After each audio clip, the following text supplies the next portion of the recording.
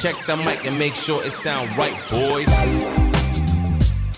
Hello friends, तो आज का ये वीडियो होने जा रहा है उन लोगों के लिए जिनके पास में नेक्सॉन का XZ या उससे ऊपर वाले मॉडल है। मतलब XMS वालों तक कोई दिक्कत नहीं, बट XZ और उससे ऊपर मॉडल है, क्योंकि XZ और उससे ऊपर वाले मॉडल्स के अंदर सभी के अंदर हमको फॉग लैम्प देखने को मिल जाते हैं।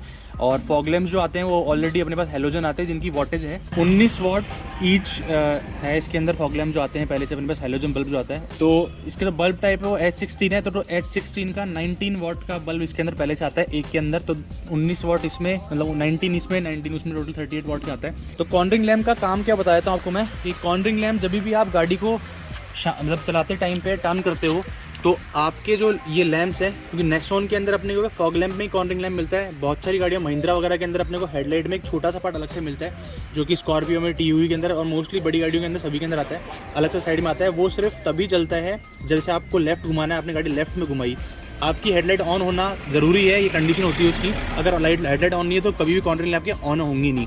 तो जैसे आपने लेफ्ट घुमाई तो आपका सिर्फ और सिर्फ लेफ्ट साइड वाला जो है कॉर्नरिंग लैंप चालू हो जाएगा, जिसका बेनिफिट रहता है क्योंकि आपकी गाड़ी की जो लाइट है वो 120 डिग्री या 130 डिग्री के एंगल गिरती है, और कॉर्नरिंग लैंप ऑन होने के बाद में डायरेक्ट 180 डिग्री एंगल हो जाता है उसका। तो उससे क्या होता है, आसपास के जो भी खड्डे वगैरह होते हैं आपको विजिबल हो जाते हैं। जैसे कि अगर आप उस तरफ घुमा रहे हो या इस तरफ घुमा रहे हो तो ये वाला पार्ट होता है, ये वाला पार्ट विजिबल नहीं होता। किसी गली में घुमाते हो तो जितनी बड़ी गाड़ी होगी उतना कम विजिबिलिटी हो जाती है। तो उस गाड़ी के लिए, बड़ी गाड़ियों के लिए ये चीज़ जो है आती है।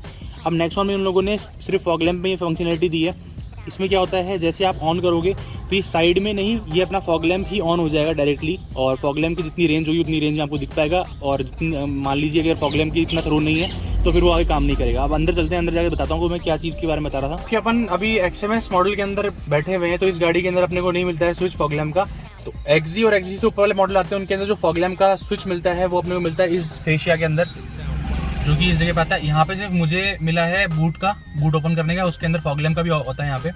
अब एक नेक्सॉन का नुकसान क्या बताता हूँ आपको मैं, कि नेक्सॉन के अंदर जब तक जैसे आपने गाड़ी स्टार्ट की, आपने रात को नाइट ड्राइव स्टार्ट की और आपने लाइट्स ऑन करी, चाहे ऑटोमेटिक लाइट्स हो चाहे मैनुअल लाइट्स हो, आपकी आपने ऑन करी, तो साथ में फॉग लैंप्स ऑन नहीं होते हैं। आपको सेपरेटली जाके फॉग लैंप के लिए स्विच को दबाना पड़ेगा, और ये हर बार करना पड़ेगा आपको जितनी बार करना है। तो ये उन लोगों के लिए बहुत दिक्कत है जो लोग एक तरीके से अपन बोल सकते हैं कि गाड़ियों से रिलेटेड इतनी चीज़ों को जानते नहीं है, या फिर हर बार क्या अपन क्या होता है, जैसे रात को गाड़ी चला रहे हैं तो अपन गाड़ी स्टार्ट की और फटाफट ऑन करके चले गए।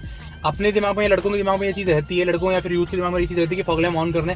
बट अगर बात करते हैं अपने से ज़्यादा एज वालों की, मैं सभी की बात नहीं कर रहा हूँ तो कोई ऑफेंड मत होना, बट मैंने मोस्ट लोगों को ये देखा कि नेक्सॉन गाड़ी के अंदर ऊपर वाले मॉडल्स के अंदर फॉग लैंप ऑन ही नहीं होते हैं।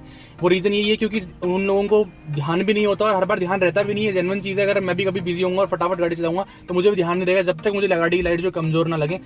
तो यहाँ से आपको हर बार ऑन करना पड़ता है।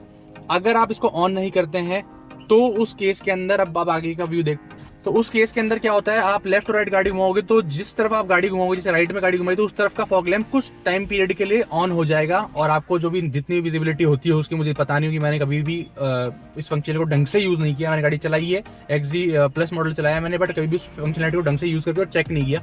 तो जितने पार्ट में भी उसका थ्रो जाएगा उतना अपने को लाइट दिख जाएगी और विजिबल हो जाएगा उतना एरिया। बट इन केस अगर आपकी गाड़ी के अंदर आपने ऑन कर रखे हैं तो उसके लिए कोई अलग फंक्शनलिटी नहीं है, आपकी कोई कॉर्नरिंग लैंप अलग से चालू नहीं होंगे, फिर वो फॉग लैंप ऑन ही रहेंगे।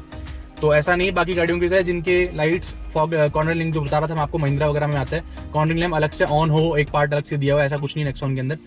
अब बात करते हैं कि नुकसान क्या है XZ प्लस, XZ और XZ सुपर वाले मॉडल को फॉग लैंप अपग्रेड करने के अंदर। जो नेक्सॉन ओनर्स हैं उनको पता ही होगा कि नेक्सॉन के अंदर जो लाइट्स आती हैं वो बहुत ही वीक आती हैं, तो लाइट अपग्रेड करना बहुत मस्त हो जाता है जो भी गाड़ी नाइट ड्राइव ज़्यादा करते हैं। तो अब मेरे से बहुत लोगों ने क्वेश्चन किया था, उसी वजह से मेरे को ये वीडियो बनाने का दिमाग में आया कि इस वीडियो को बना देना चाहिए।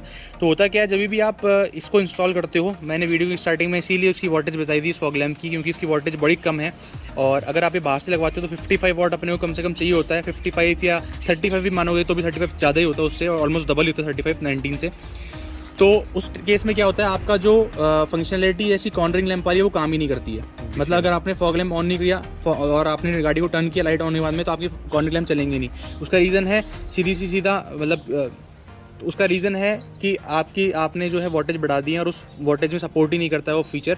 तो उसके लिए या तो आपको लगाना पड़ेगा रिले लगा के आपको ऑन करना पड़ेगा इसको। रिले में क्या होगा, आपके वायरिंग में जो 2 वायर आ रहे हैं उनके अंदर रिले लगेगा, और उसके बाद में आपको बैटरी टर्मिनल से अलग वायर लेना पड़ेगा। पर इतनी मशक्कत कोई करता नहीं, क्योंकि ऑलरेडी हमारे पास है जो है XZ और उससे ऊपर वाले मॉडल के अंदर फॉग लैम्प्स होते ही हैं, वायरिंग प्रॉपर डली हुई होती है, तो वायरिंग में कोई दिक्कत नहीं है, बट कॉर्नरिंग लैम्प वाला अपने को इशू रहता है उस चीज़ के अंदर। तो मैंने आपको बता दिया कि किस तरीके से आप कर सकते हो, आपको बता देता हूँ। एक रिले अपने को कनेक्ट करना पड़ेगा, उसके बाद में फॉग लैम्प को लगाओ, चाहे IPS लगाओ, चाहे आप LED इंस्टॉल करो उसके अंदर, बट क्योंकि मस्ट हो जाएगा वो चीज़ करना। इसका जो टाइप है वो है H16। अब इसमें एक चीज़ और इंक्लूड कर देता हूँ मैं, क्योंकि मैंने आज तक जो भी प्रमोट किया IPS के साथ में सिर्फ HID को प्रमोट किया है, और अपनी जो नॉर्मल रिफ्लेक्टर लाइट होती है उसके अंदर आप LED भी इंस्टॉल कर सकते हो, कोई दिक्कत नहीं, उसमें HID मत लगा के LED लगाओ या हेलोजन लगा सकते हो बल्ब। तो होता अगर हुआ कि अगर आप IPS इंस्टॉल कर रहे हो उसके अंदर आप चाहते हो कॉर्नरिंग लैम्प का फीचर यूज़ करना, तो आप यूज़ नहीं कर पाओगे प्रॉपरली, क्योंकि अगर आप HID लगाओगे तो अगर HID को ऑन होने में थोड़ा टाइम चाहिए होता है, इतने टाइम के अंदर तो आपका कॉर्नरिंग लैम्प बंद भी हो जाएगा। तो इससे बेटर अगर आपको कॉर्नरिंग लैम्प का चाहिए ही, जो कि मैं ऐसा कोई स्पेशल सजेस्ट नहीं करूँगा क्योंकि कॉर्नरिंग लैम्प का इतना बेनिफिट इसमें अलग से है नहीं, बट स्टिल अगर आप चाहते हो तो फिर इसके अंदर HID ना लगा के सिर्फ LED या हेलोजन बल्ब ही इंस्टॉल करना, और HID इंस्टॉल मत करना। और अगर आपको IPS इंस्टॉल करवाने, तो आजकल मार्केट में एक नई चीज़ अवेलेबल है जिसके अंदर आपको जैसे ये प्रोजेक्टर है, प्रोजेक्टर के साथ में एक कंप्लीट असेंबली मिलती है जिसके अंदर LED लगी आती है पहले से। जैसे मेरे वाले में 2 अलग अलग चीज़ें हैं, एक IPS की असेंबली अलग है, प्लस HID जो है अलग से लगी हुई है। उसके अंदर पूरा एक कंप्लीट सेट मिलता है आपको, पहले से प्री इंस्टॉल्ड आता है वो आपके IPS, उसके जस्ट पीछे की तरफ LED लगी होती है, उसका थ्रो भी बहुत अच्छा आता है, तो वो आप ले सकते हो। इसके अंदर वो एक बिल्कुल बढ़िया समाधान है अपनी इस चीज़ के लिए। तो जो भी XZ और XZ प्लस से ऊपर वाले मॉडल को ऑन करते हैं, उनको अगर ये चीज़ कर रही हो तो इस चीज़ को आप करके कर सकते हो इजीली, और कोई दिक्कत भी नहीं आएगा कोई इन फ्यूचर। दोस्तों ये था वीडियो पसंद आया वीडियो लाइक कीजिए, कमेंट करके बताइए, आपको कोई क्वेश्चन वगैरह हो तो वो भी पूछ सकते हो आप, और सब्सक्राइब कीजिए हमारे चैनल को। Thank you.